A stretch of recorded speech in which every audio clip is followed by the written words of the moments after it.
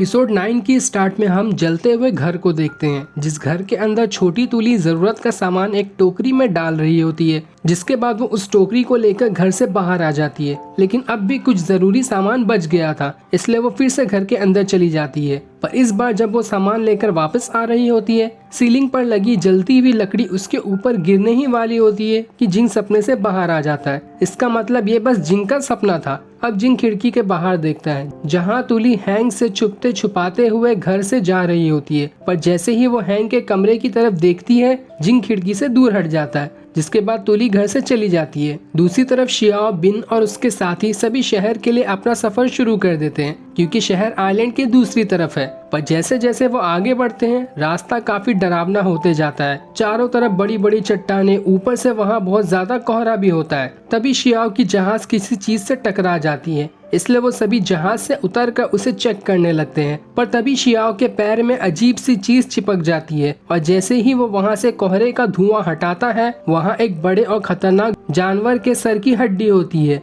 जिसके हरे रंग की आंखें चमक रही होती है। ये देखकर शियाओ डर जाता है, पर उसके साथी उसे संभालते हैं। बिन उस हड्डी को देखकर कहते हैं, ये जरूर एक वार्निंग बोर्ड की तरह होगा, ताकि कोई भी शहर तक ना जा सके, और इसे यहाँ इमॉर्टल ने रखा होगा। इसका मतलब साफ है कि शहर यहीं कहीं आसपास में है, इसलिए हमें कोशिश करते रहनी चाहिए।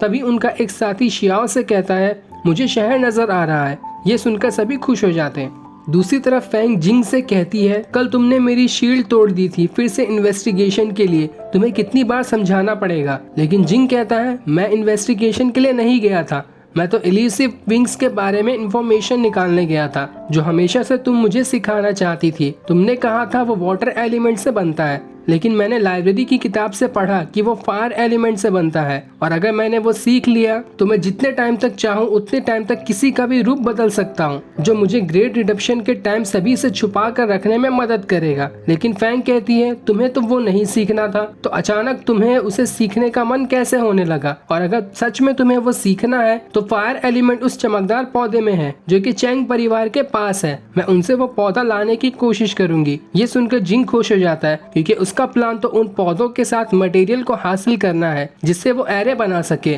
पर फैंग उससे कहती है, अगर तुमने मेरे साथ चीटिंग की तब मुझसे बुरा कोई नहीं होगा, और इतना कहकर वो वहाँ से चली जाती है। दूसरी तरफ शियाओ अपने साथियों के साथ जहाज से आगे बढ़ रहा होता है। तभी उसे शहर दिखाई देता है, जिसे देखकर उसकी खुशी का ठिकाना नहीं रहता। अब शहर में लिंगलोंग जुआन को फ्रूट्स दिखाकर कहता है, ये फ्रूट्स मेरी बहन को बहुत पसंद है, इसलिए आपको ये खरीद लेना चाहिए। तभी वहाँ लिंजी आ जाती है, जो लिंगलोंग से कहती है, तुम्हें जू बुला रही है, इसलिए घर चले जाओ और जुआन को परेशान मत करना। लेकिन जुआन कहता है, लिंगलोंग मुझे परेशान नहीं कर रहा था। तभी वहाँ भागते हुए एक बच्चा आता है, जो उनसे कहता है, कुछ लोग शहर की तरफ ही आ रहे हैं, इसलिए सभी वहाँ देखने जाते हैं। जहाँ सामने से शियाओ, बिन और उसके साथी बीच तक आ गए होते हैं। शियाओ वहाँ खड़े लोगों के सामने झुककर कहता है, हम समुद्र में जरूरी काम से निकले थे, लेकिन हमारी जहाज तूफान में फंस गई, इसलिए हम यहाँ आ गए। लेकिन कोई भी उसकी बातों का जवाब नहीं देता। तब शियाओ का साथी उससे कहता है, मुझे ये इमॉर्टल्स नहीं लग रहे, ये आम लोग होंगे। पर तभी शियाओ को उन लोगों में से लिंजी दिखाई देती है, जिसे देखकर वो पिघल जाता है, और लिंजी भी उसे देखते रह जाती है। पर बीच में जुआन आकर सिपाहियों से कहता है, इन सारे लोगों को पकड़कर काउंसिल में ले चलो। इसलिए सारे सिपाही शियाओ और उसके साथियों को पकड़ लेते हैं। दूसरी तरफ तुली बाजार में होती है, और एक दुकान वाली फीमेल को कुछ मछलियाँ देकर उसके बदले लकड़ी खरीदती है, लेकिन वो फीमेल उसे 2 ही लकड़ी देती है। ये देखकर तुली कहती है, इतनी मछलियों में कम से कम 4 लकड़ियाँ आनी चाहिए। पर वो फीमेल कहती है, तुम्हें हैंग ने अडॉप्ट किया है, इसलिए 2 दे रही हूँ, अगर नहीं चाहिए तो रहने दो। जिस पर तुली उन 2 लकड़ियों को लेने के लिए मान जाती है। तभी उसे सारे लोग भागते हुए दिखाई देते हैं। वो एक आदमी से पूछती है कि सब क्यों भाग रहे हैं, जिस पर वो आदमी कहता है, बीच के पास बाहर से आए हुए लोगों को पकड़ा गया है। ये सुनकर तुली परेशान हो जाती है, पर जैसे ही वो बीच की तरफ भागती है, वो मैजिकल चेन से बंध जाती है, और उसे और शियाओ को चेन से बांधकर काउंसिल में बिठा दिया जाता है। और तुली को इसलिए पकड़ा होता है क्योंकि सारे लोगों को लग रहा था कि इसमें तुली का हाथ जरूर है। अब रोंग शियाओ का सारा सामान चेक करती है, जिसमें से उसे इस आइलैंड पे आने की चाबी वाला लॉकेट मिलता है, पर उसे इस चाबी के बारे में नहीं पता था, इसलिए वो उस पर इतना ध्यान नहीं देती। वो शियाओ से कहती है, मेरे 3 सवालों का जवाब दो, तुम कौन हो, कहाँ से हो और यहाँ क्या करने आए हो। जिस पर वो कहता है, मेरा नाम शियाओ है,